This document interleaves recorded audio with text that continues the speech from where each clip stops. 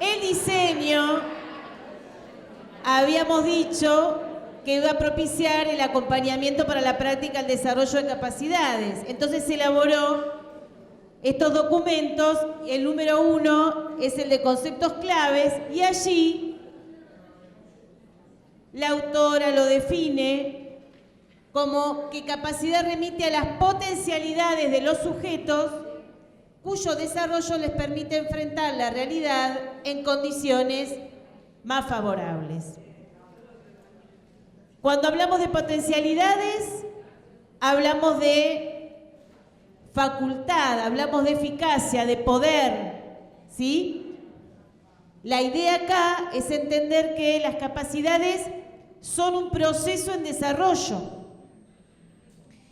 y que hay capacidades que van en desarrollo hacia lo afectivo, cognitivo, emocional, motriz.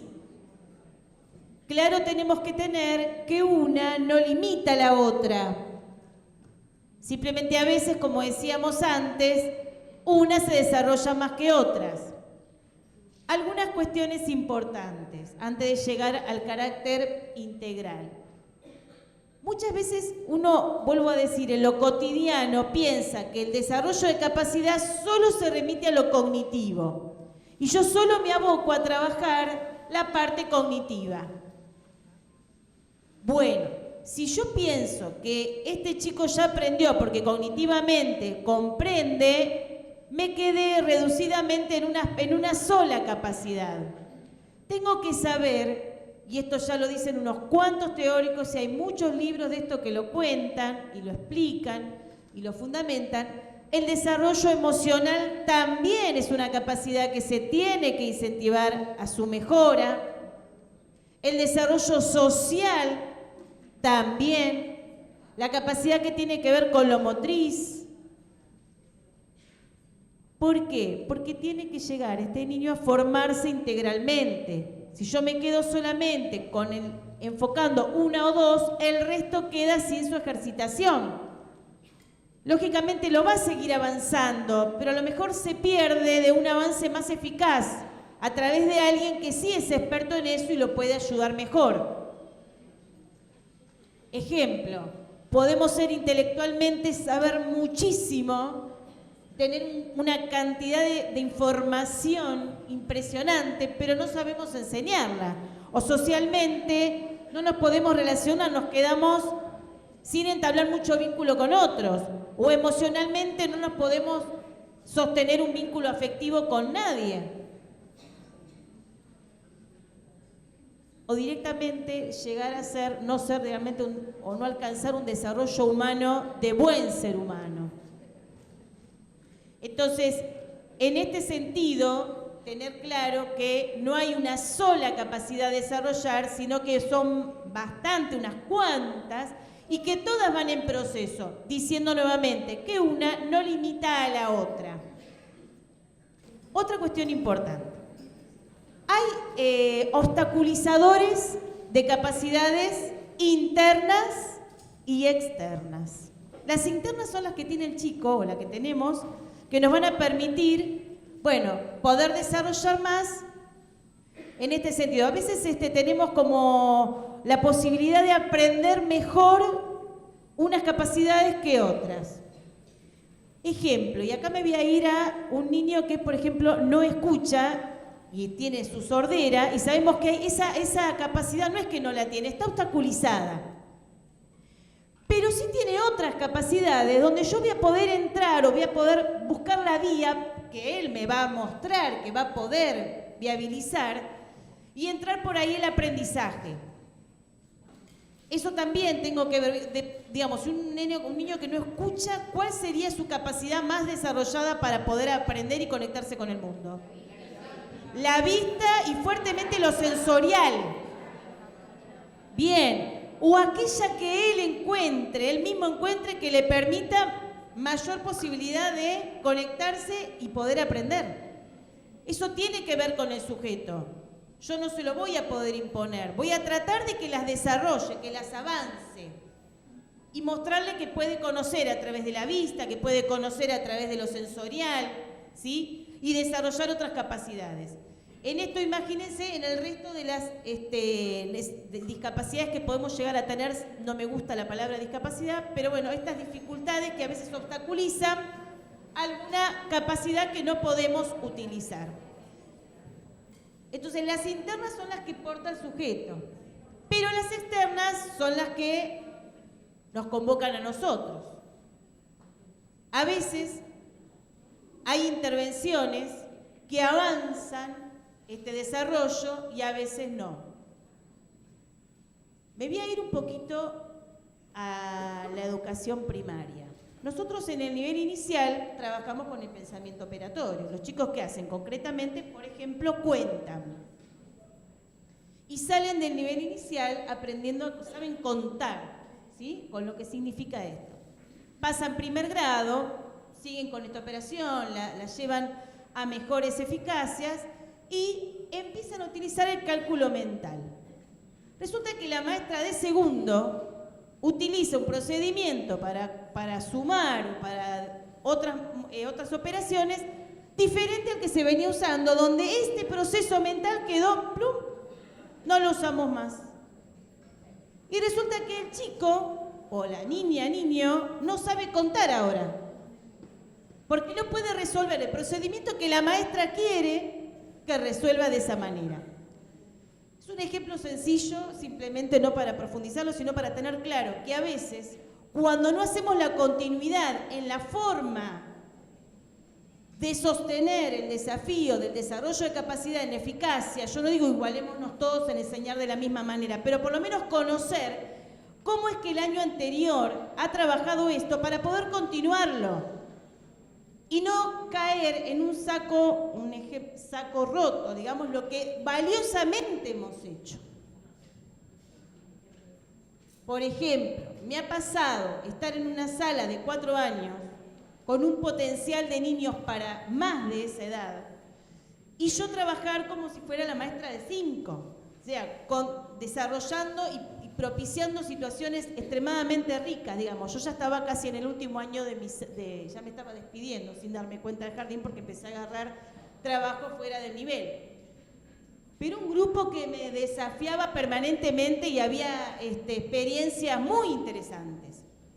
Yo me tengo que ir, el grupo pasa con otra maestra suplente y al año siguiente va a la sala de 5.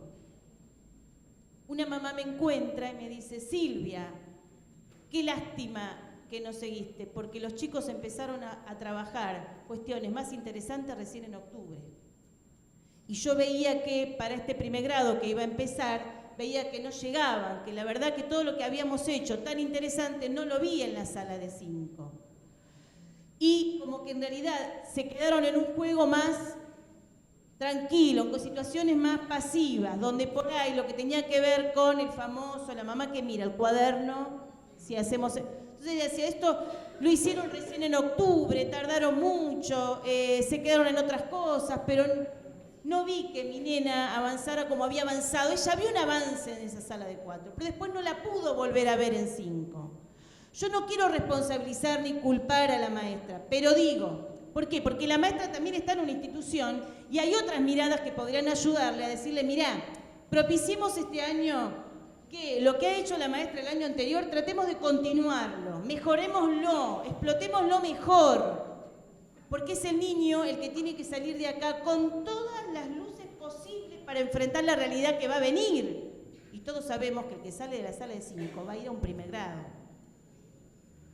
Y acá también amerita la conexión con ese primer grado, que yo digo que esto es muy ambicioso, yo ya sé que esto es dificilísimo, no les digo que pase acá en Córdoba, pasa acá en Córdoba y en cualquier punto del país, articular con una escuela primaria, desde lo geográfico hasta se hace complicado. Imagínense que a veces estando cerca también es complicado, entonces por lo menos saber que yo tengo que ponerme en situación de que este niño tiene que desarrollar las capacidades lo más eficaz posible. Ajustémosle cada vez más, digo, pidámosle cada vez más, porque va a poder dar. Pero si yo no estoy en este camino, ese poder más se guarda, se queda ahí y no aparece. Entonces, después resulta que el chico tiene un problema psicopedagógico, no aprende y le echamos la culpa al niño y lo mandamos a psicopedagogo, psicólogo. Y a veces tiene que ver con una mirada amplia, diferente sobre ese niño. Porque el no saber no es un problema. El no saber es un desafío para que enfrentemos cómo hacer para que pueda saber. Y ese sí es nuestro trabajo. Uno termina diciendo, este chico no puede, pero tampoco va a poder. Y esta es la frase que a mí a veces me duele, pero no solamente mirando a los niños. Mírense ustedes qué les ha pasado en el trayecto escolar, de cuántos maestros les han permitido avanzar y otros no, que los han puesto en otro lugar. Cuando yo iba a la escuela primaria, mi trabajito de plástica jamás se puso en la cartelera. Obviamente, mi trabajo jamás iba a ser mirado por nadie más que por mí y con suerte. Digo, fíjense con qué sencillez valoramos que todos sean mirados por lo que saben y por lo que hacen.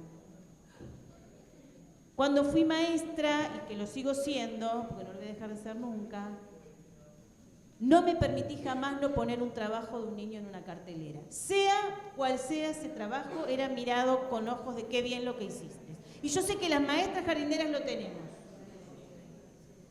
Explotémoslo esto y valorémoslo de lo que venimos haciendo. ¿Sí? ¿Estamos de acuerdo? La felicito. Bien. Carácter integral. Acá vamos despacio. Vieron que había 4 prioridades, capacidades prioritarias, ¿sí?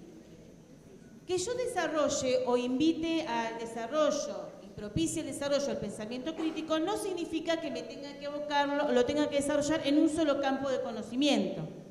Todo lo contrario, el carácter integral me está diciendo que esa capacidad la puedo potenciar desde los distintos campos que esté trabajando, donde esté posicionada. Por otro lado, cada situación de aprendizaje implica el despliegue de un montón, hasta de estas 4, seguro estas 4 capacidades prioritarias van a estar. ¿Qué tengo que hacer yo? Primero, no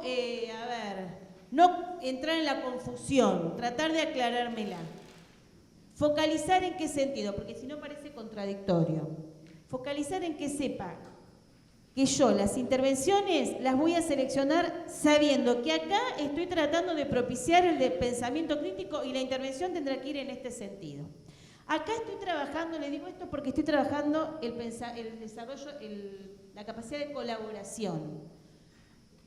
Y la intervención no va a ser la misma para una capacidad que para la otra. Tampoco quiere decir que yo tenga que estar en cada actividad interviniendo para las 4. Tampoco tengo que hacer un listado de todas las intervenciones, no sirve eso. Pero sí sirve que en cada situación de enseñanza yo piense una consigna clara que ofrezca desafío, que permita al niño complejizar y además pensar una posible intervención sabiendo que lo que estoy desarrollando es el pensamiento crítico. Entonces, esa pregunta que yo voy a hacer, la enfoco para ese lado. Cuanto más yo focalice, mejor el seguimiento, mejor la mirada de ese niño, mejor voy a saber evaluarme y evaluar al niño. Bien, eso no quiere decir también que yo como maestra vea que además de estas prioritarias considere que haya otra valiosa para trabajar porque yo lo evalúo desde el diagnóstico que voy haciendo. Digo, no me está diciendo eso la capacitación, no trabajo más del resto. No, valoren que hay intuiciones que tenemos las maestras de que esta capacidad no está y hay que empezar a trabajarla.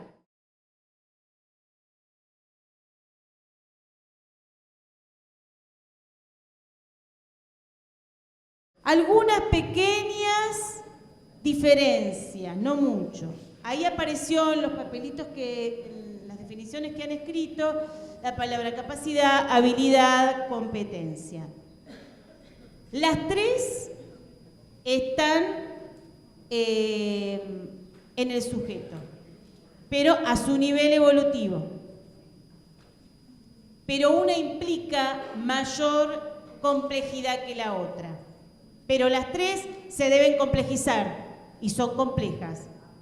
La primera ya la veníamos definiendo. Son aptitudes innatas y desarrolladas.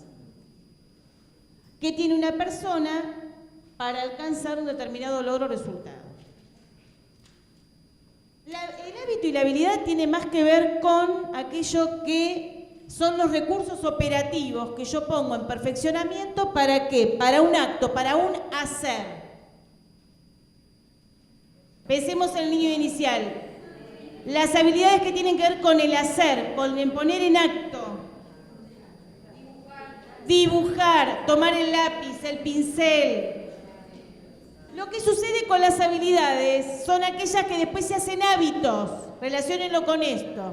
Aquella que de tanto ejercicio, hago un hábito. Competencia, en cambio, tiene que ver con saber hacer. Y a esto me refiero no me refiero yo, lo dice la teoría, es poder hacerse cargo y responsabilizarse lo que tiene que ver con una tarea. Por ejemplo, ¿vieron cuando uno sale a trabajar que tiene que hacer un montón de acciones y ser competente para resolver una situación con un montón de habilidades y de capacidades juntas? Es un poquito como uno podría pensar, englobaría las otras dos. Pero si yo quisiera desarrollar que el niño, o ayudarlo a que se haga responsable de un saber hacer en el nivel inicial, ¿qué responsabilidades le puedo ayudar a que vaya teniendo para que desarrolle más competencias?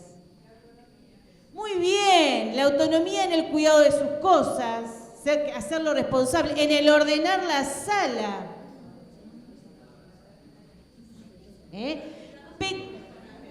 Bien, porque en el trabajo en grupo son varias cosas que tengo que sostener.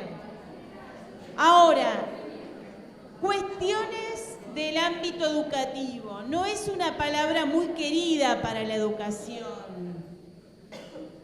Tiene más que ver con lo laboral, con el poder desempeñarme más en un trabajo, con el ámbito del trabajo. En cambio, la capacidad y la habilidad tiene más que ver con el ámbito de la formación, de lo que tiene que ver con el ámbito educativo. Pero las tres están en nosotros y está en cada maestro poder llevarlas a un mejor desarrollo, ¿sí? Un ejemplo que me ha pasado, sala de 5, año 90, por ahí. Yo tenía un grupo de 30 niños en sala única en una escuela primaria, toda la comunidad de Villa 20 en la zona de Lugano. Un nene, todos los días o cada tanto, se hacía pis. Cito a la mamá muy bien, viene a conversar conmigo, le cuento, le explico, me dice, mire señorita, dice, yo he criado a todos mis hijos igual, pero a la noche le pongo pañal porque no quiero que moje las sábanas. Pensemos, vive en zona de villa, ¿qué posibilidades tendría ella de poder lavar sus sábanas todos los días? Por un lado, ella resolvió su situación práctica. Pero la realidad es que no le estaba resolviendo un nene de 5 poder ir al baño solo. Entonces, entender un poquito la situación, pero también orientar a esta mamá en decirle, mira mamá, es verdad, a lo mejor a vos te da más trabajo porque no tenemos todas las posibilidades de confort para lavar las sábanas todos los días. Pero no estamos ayudando a Daniel a que vaya solito al baño y tiene que pasar casi día por medio la experiencia de hacerse pis. Entonces la mamá, muy bien, acepta esta orientación y hacerla como ayudarnos a que si yo desarrollo que él vaya solo al baño, un simple, ven acá, la mamá no me estaba, no a mí, a Daniel, al nene, a su hijo. Conocer a este niño es propiciar situaciones donde él me muestre qué sabe, hasta dónde lo sabe y qué no sabe todavía. Y que la orientación, la intervención que yo voy a hacer va a ser en favor de ¿quién? De este niño. porque a veces las familias, como dice la compañera, no acompañan. Bueno, vamos a tener que ponernos en cada reunión a tomar a veces algunos aspectos que vienen muy bien de ayudar a las familias y no mirarlas como el enemigo de que no me ayudan. Porque no es a mí a quien me tienen que ayudar, es al niño. Entonces, cuanto más pensemos en ellos, la tarea va a tener como más sentido de manera conjunta, colectiva. Todos vamos para ese lado.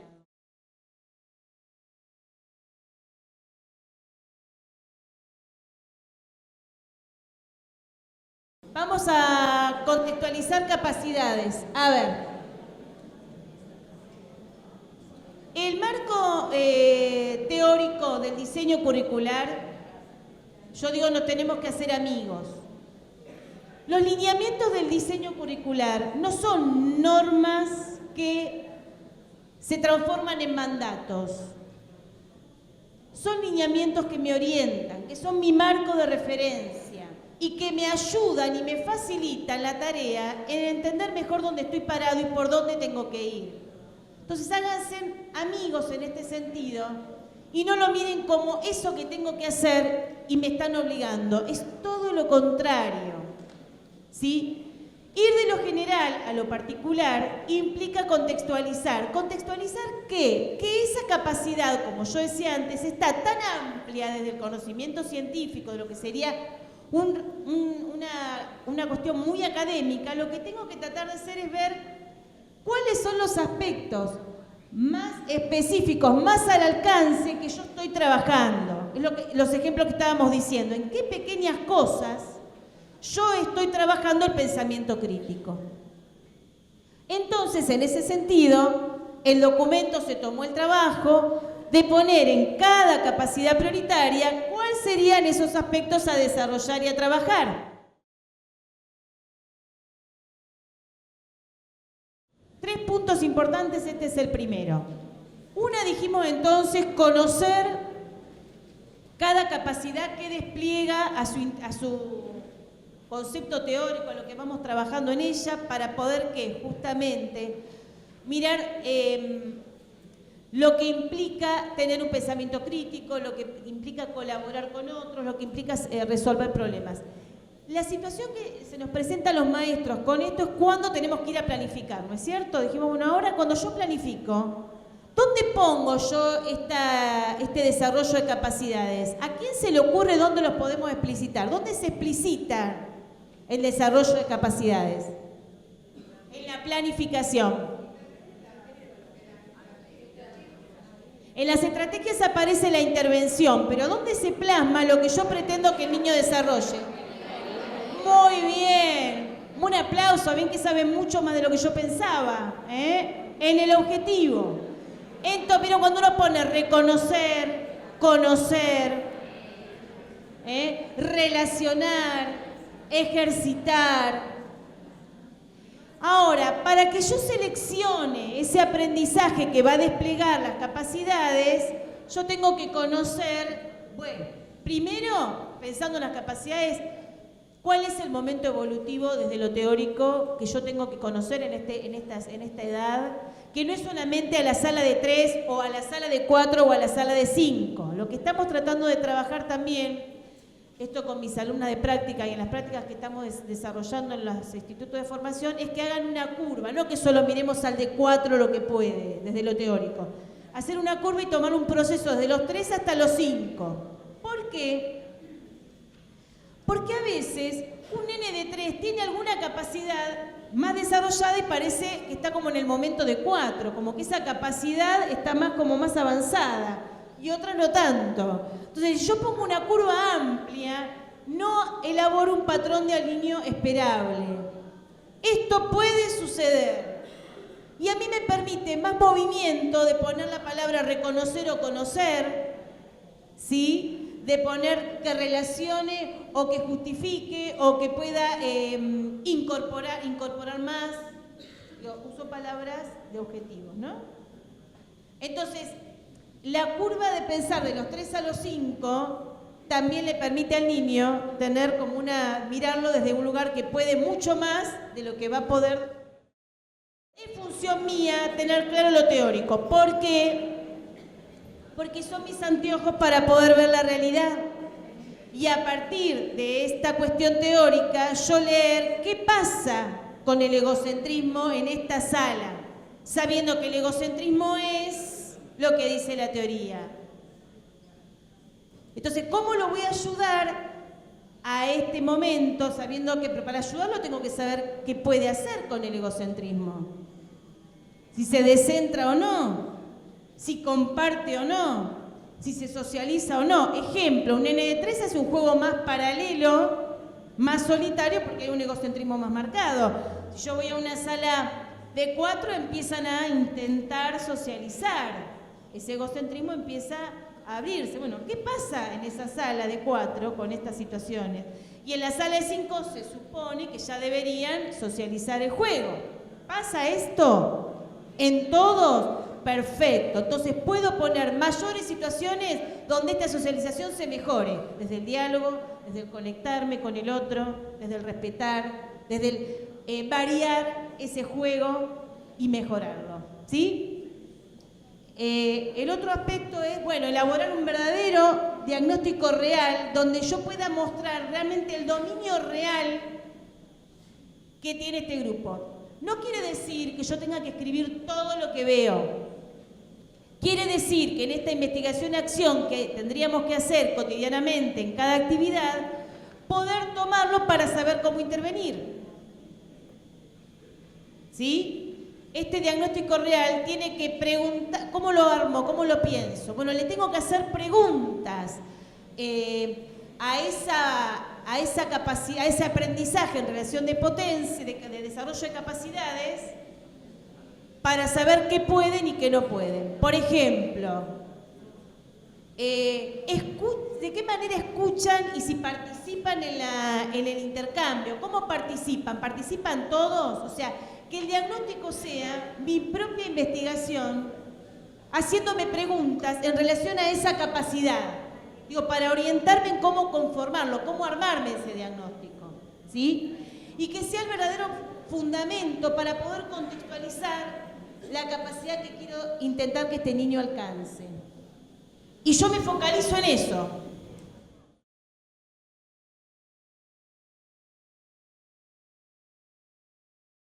La situación de aprendizaje, lo que vamos a decir, es que justamente va a tener más sentido y va a propiciar mejor que esa conexión de aprendizaje se dé si yo la selecciono en función de esta realidad que tengo, teniendo como marco de referencia la teoría. Una teoría que me va a dar seguramente la psicología evolutiva, pero también el diseño curricular. No le tengan miedo al diseño, porque el diseño es el mejor amigo que tenemos que tener, porque es el que nos fundamenta la tarea, chicas. Lo podemos mejorar, lo podemos criticar, pero hay que fundamentarse en él.